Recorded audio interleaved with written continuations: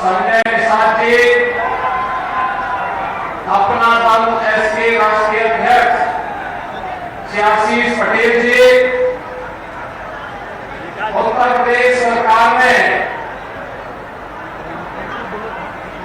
वरिष्ठ मंत्री श्री सूर्य प्रताप शाही जी, इस क्षेत्र के ही सपूत और प्रदेश सरकार के मंत्री श्री के शर्मा जी, अनिल राजभर जी, दया शंकर सिंह जी, गिरीश चंद्र यादव जी, भारतीय जनता पार्टी के क्षेत्रीय अध्यक्ष श्री सहजानंद राय जी, प्रदेश सरकार के मेरे सभी सहयोगी मंत्रीगण, भारतीय जनता पार्टी और एनडीए के सभी सहयोगी दलों के पदाधिकारीगण, भारतीय जनता पार्टी के प्रत्याशी प्रदेश सरकार के पूर्व मंत्री श्री बाला सिंह चौहान जी और उपस्थित मेरे घोसी विधानसभा क्षेत्र से जुड़े हुए सभी उपस्थित मतदाता भाई और बहनों, ऋषि मुनियों की साधना से पवित्र हुई मैं इस धरा को, जिसे महान स्वतंत्रता संग्राम सेनानियों ने स्वामी सहजानंद जी का सानिध्य इस धरा को प्राप्त हुआ हो, महान क्रांतिकारी कवि पंडित श्याम नारायण पांडे जी की जन्मभूमि के रूप में जो जनपद विख्यात हो और विकास के लिए जिन्होंने पहली पहल इस जनपद के लिए की थी,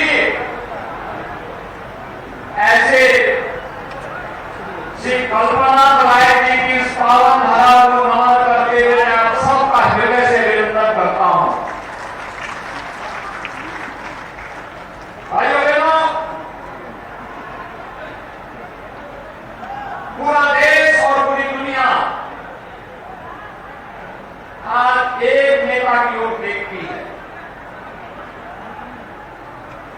दुनिया में कोई संकट आता है तो दुनिया की जनमानस, वहां की नेतृत्व भारत के प्रधानमंत्री मोदी जी की तरफ, दुनिया में कोई संकट आता है तो दुनिया की जनमानस, वहां की नेतृत्व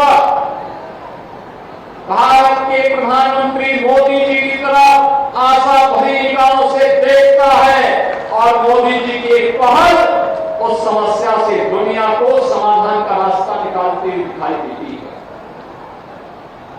मोदी जी का यशस्वी नेतृत्व आज G20 के रूप में भारत अपनी आजादी के अमृत महोत्सव वर्ष में दुनिया के उन 20 देशों का नेतृत्व दे रहा है जिनके पास दुनिया के संसाधनों का अधिकार है, और भारत संकट के समय में दुनिया का साथी बनकर के, आशा के किरण बनकर के लोगों का मार्गदर्शन करते हुए, वैश्विक नेतृत्व का मार्गदर्शन करते हुए दिखाई देता है। मोदी जी के नेतृत्व में भारत आज दुनिया की एक महाशक्ति बनने की ओर अग्रसर है।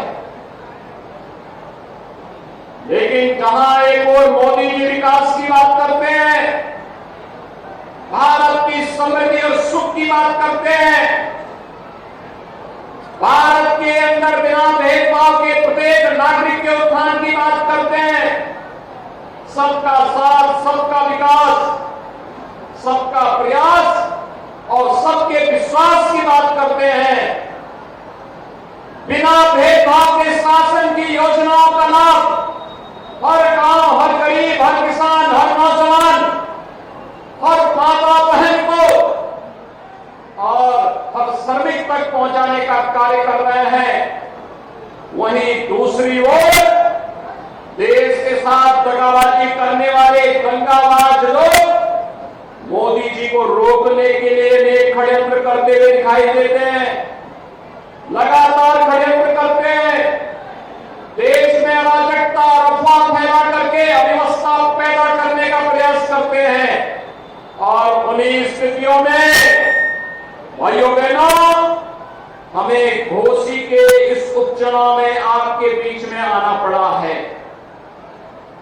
घोसी का ये उपचुनाव महत्वपूर्ण है भाइयों बहनों। घोसी के इस उपचुनाव के महत्व को वही समझ पाएगा जिसने 2005 में मऊ के दंगों को नजदीक से महसूस किया होगा। याद करिए, 2005 में तत्कालीन समाजवादी पार्टी के नेतृत्व में सरकार चल रही थी और दंगाबाज और माफिया असला लहराते हुए कहीं यादवों की हत्या कर रहे थे, कहीं दलितों की हत्या कर रहे थे। तब न सपा की सरकार उन माफियाओं का कुछ कर पाई थी और न ही कांग्रेस के मुंह से कोई गोली निकल रही थी। तब गोरखपुर में मैं सांसद था और तब इन दंगाबाजों के खिलाफ लड़ने के लिए मैं ही गोरखपुर से चला था।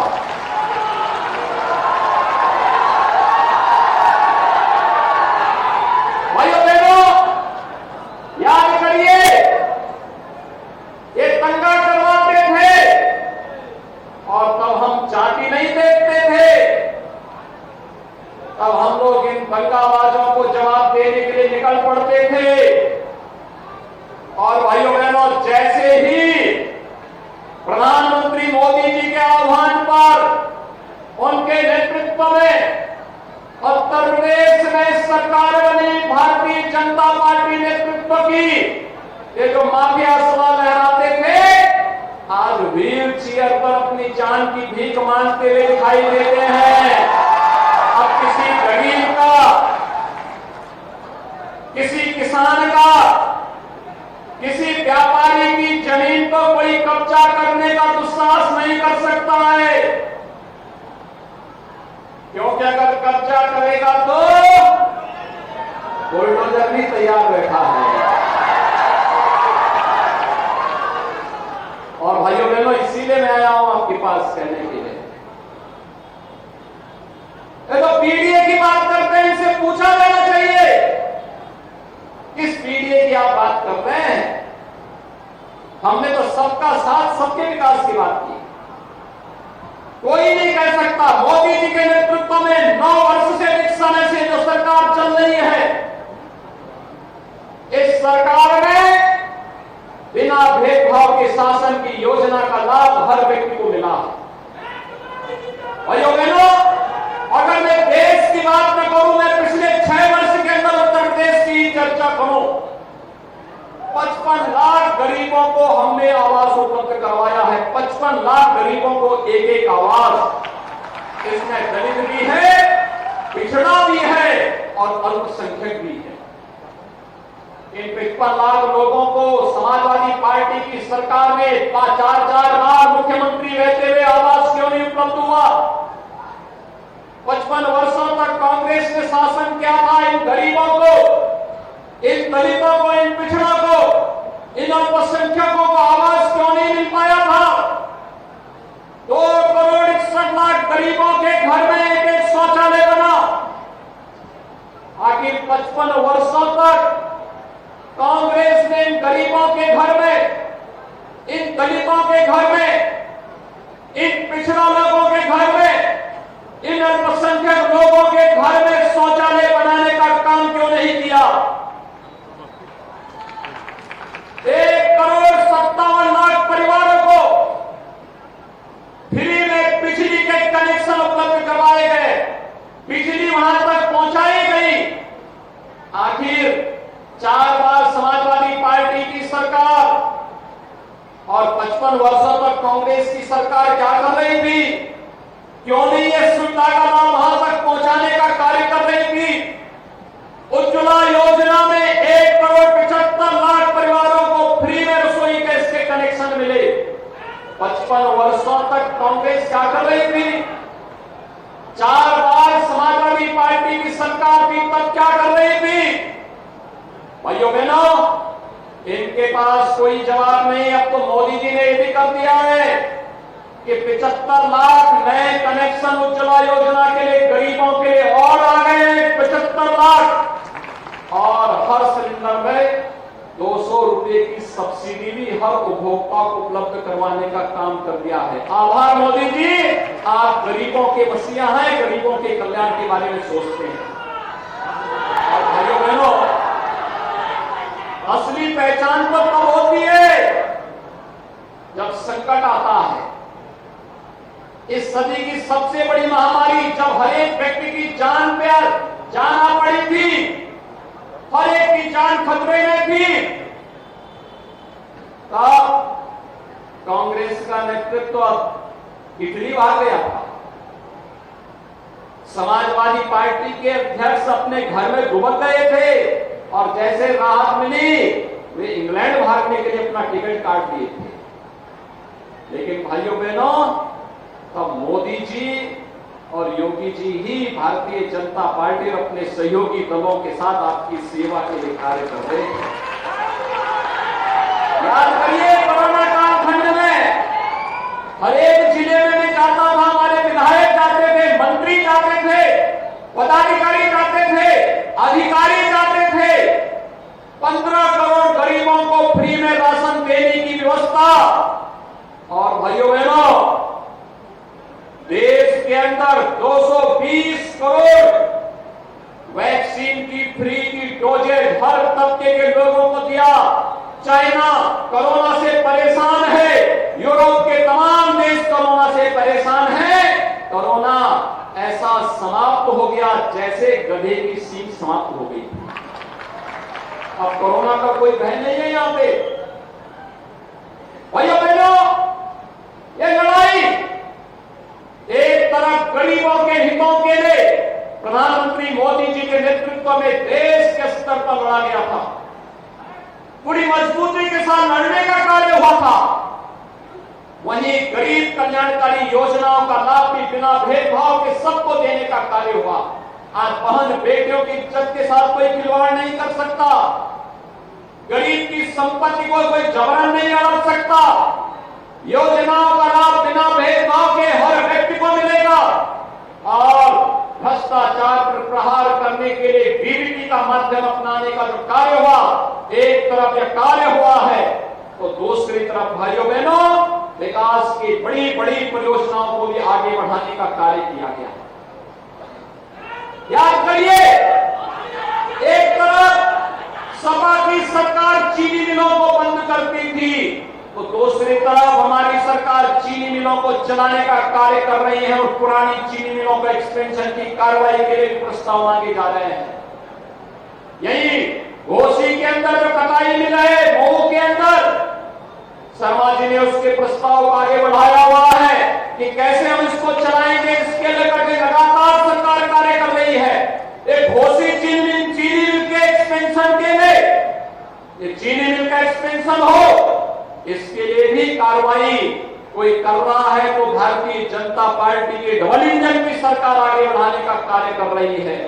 भाइयों बहनों, इसी घोसी में सामुदायिक स्वास्थ्य केंद्र हो, ITI हो या पॉलिटेक्निक का निर्माण, ये सभी कार्यक्रम युद्ध स्तर पर जब श्री फागू सिंह चौहान जी यहां से विधायक थे और श्री विजय राजभर विधायक थे, इन लोगों ने तेजी के साथ इन कार्यक्रमों को आगे बढ़ाने का कार्य किया था।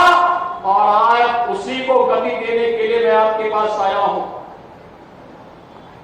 विधायक आवश्यक है और सत्ताधारी दल का विधायक होगा तो विकास बुलेट ट्रेन की स्पीड से चलती हुई दिखाई देती है। उसी बुलेट ट्रेन के साथ घोसी को जोड़ने के लिए आज हम लोग आए हैं।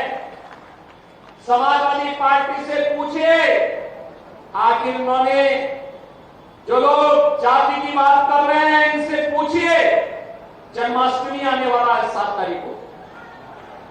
जन्माष्टमी है 7 तारीख को, है ना। जन्माष्टमी के अवसर पर पहले हर थाने में और हर जेल में आयोजन होते थे। समाजवादी पार्टी ने थानों में जन्माष्टमी के आयोजन को रोक लगा दी थी। हमारी सरकार आई हमने कहा हर थाने में, हर जेल में भगवान कृष्ण के जन्मोत्सव के कार्यक्रम पूरी भव्यता के साथ मनाए जाने चाहिए। हमने फिर से उनको अनुमति दी और पूरी भव्यता के साथ आयोजित होते हैं, पूरी भव्यता के साथ आयोजित होते हैं। भाइयों बहनों, ये राम भक्तों पर गोली चलाने वाले लोग हैं, लेकिन जब डबल इंजन की सरकार आई, अयोध्या में भगवान राम के भव्य मंदिर के निर्माण का मार्ग खोल दिया गया।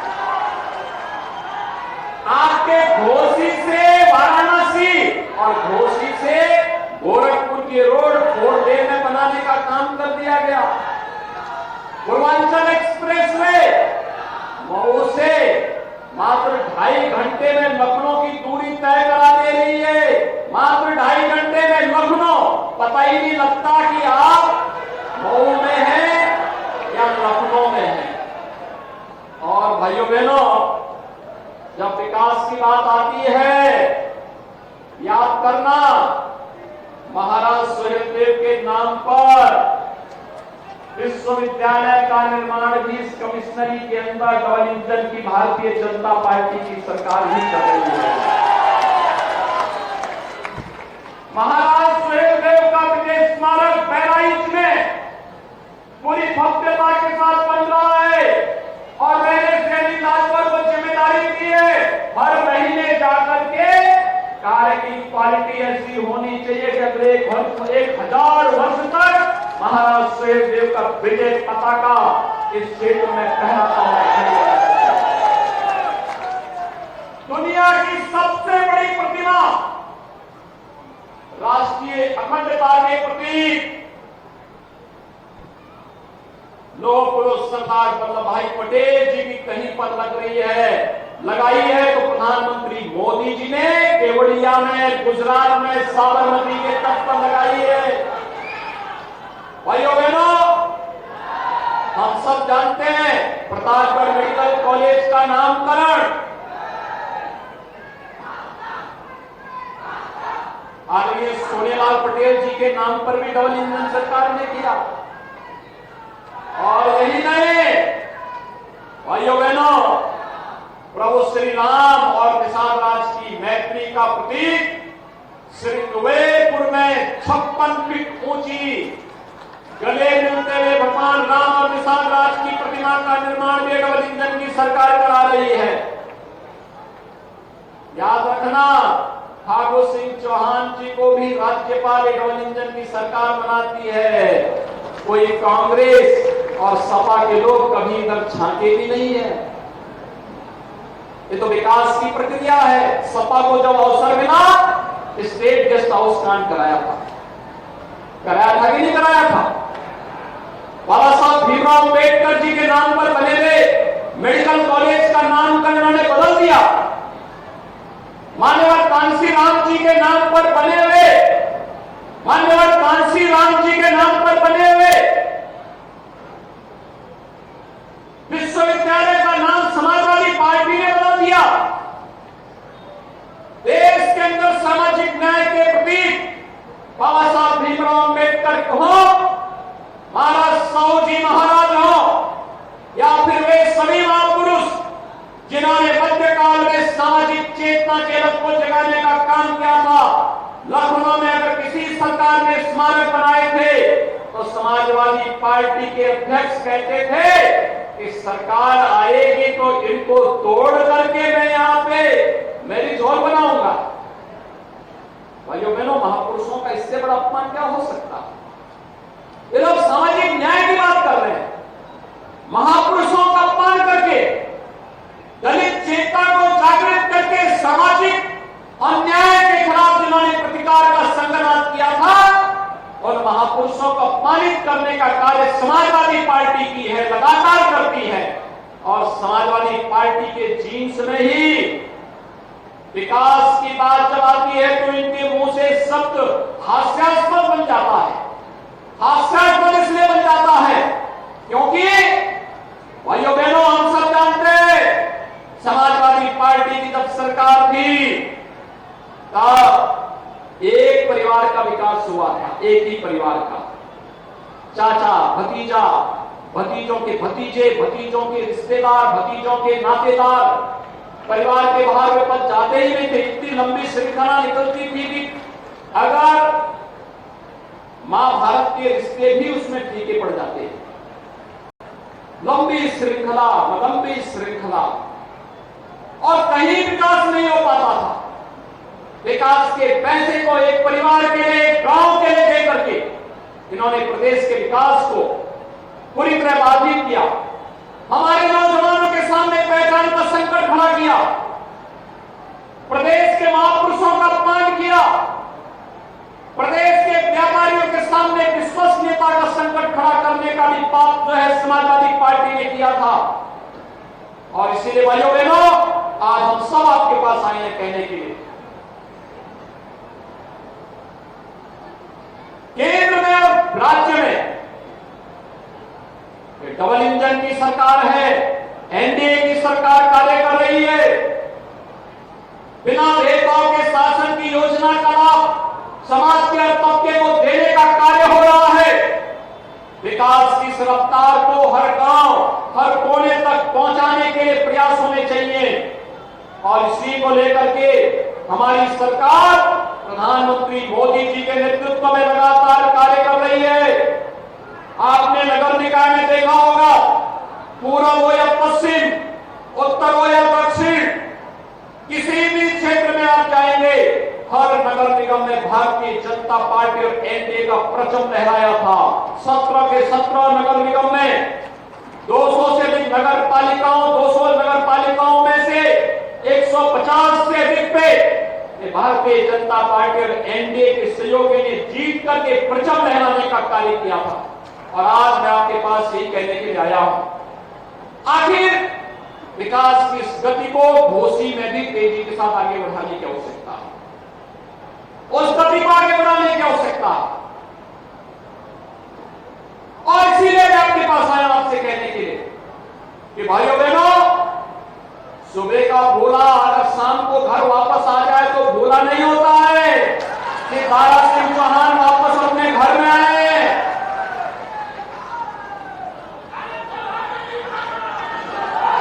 दारा सिंह कभी भारत के रेसलिंग के बहुत मजबूत स्तंभ माने जाते थे। और आज इस राजनीति की दुनिया में दारा सिंह फिर से आपकी जनता जनार्दन की अदालत में खड़े हैं। और मैं इसलिए आप सबसे अपील करने के लिए आया हूं, विकास के लिए, सुरक्षा के लिए, घोसी को विकास के नई बुलंदियों तक पहुंचाने के लिए ये सहानुभूति का समय नहीं, विकास के बारे में सोचने का समय है, सुरक्षा के बारे में सोचने का समय है। जब दुनिया आगे बढ़ रही है, हम क्यों पीछे रह जाएंगे? हमारा क्षेत्र क्यों पीछे रहेगा? हमारी वर्तमान और भावी पीढ़ी विकास से क्यों वंचित रहेगी? इसके बारे में सोचने की आवश्यकता है। और इसीलिए मैं आपके पास आया हूं आपसे कहने के लिए, श्री दारा सिंह चौहान को भारी बहुमत से विजयी बनाकर भेजिए। भाइयों बहनों, मैं आपको आश्वस्त करता हूं, विकास के लिए आपको किसी के सामने हाथ फैलाने की आवश्यकता नहीं पड़ेगी। ये जितने मंत्री यहां पर हैं,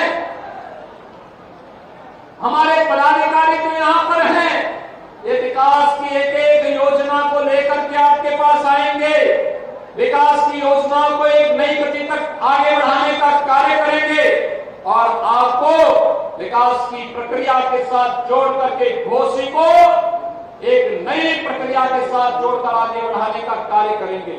और यह कार्य केवल और केवल भारतीय जनता पार्टी आगे बढ़ाने का कार्य कर रही है। हमने करके दिखाया है।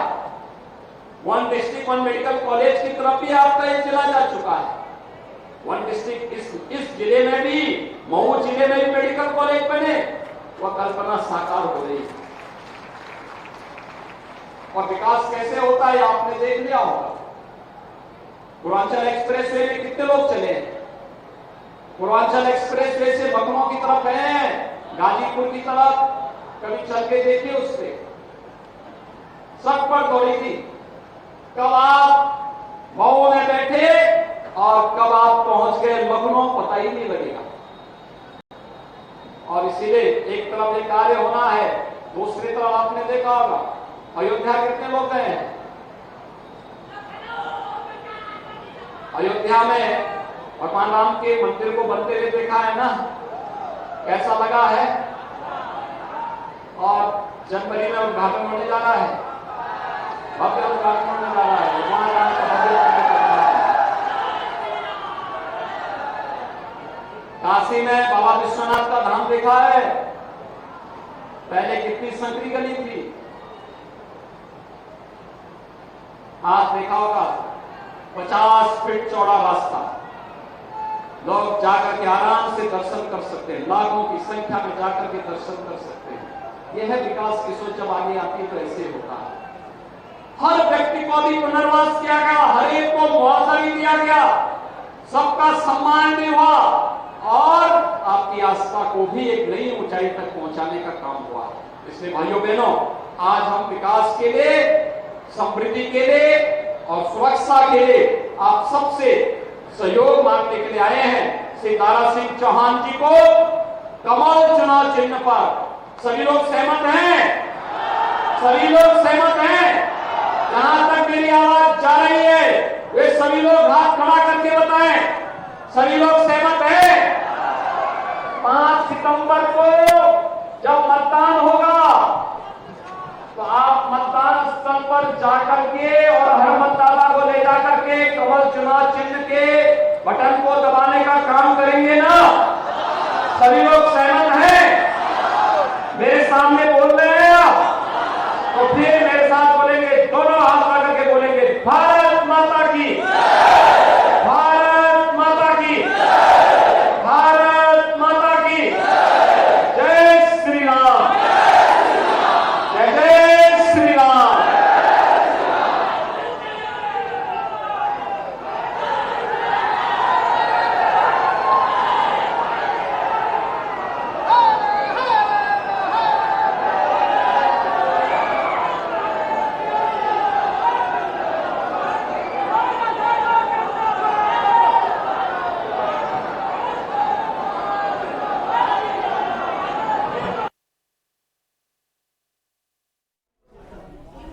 तो घोसी से सीधी तस्वीरें हम आपको दिखा रहे हैं, जहां पर सीएम योगी आदित्यनाथ चुनाव प्रचार करने के लिए पहुंचे हुए थे। सरकार की उपलब्धियों का जिक्र किया।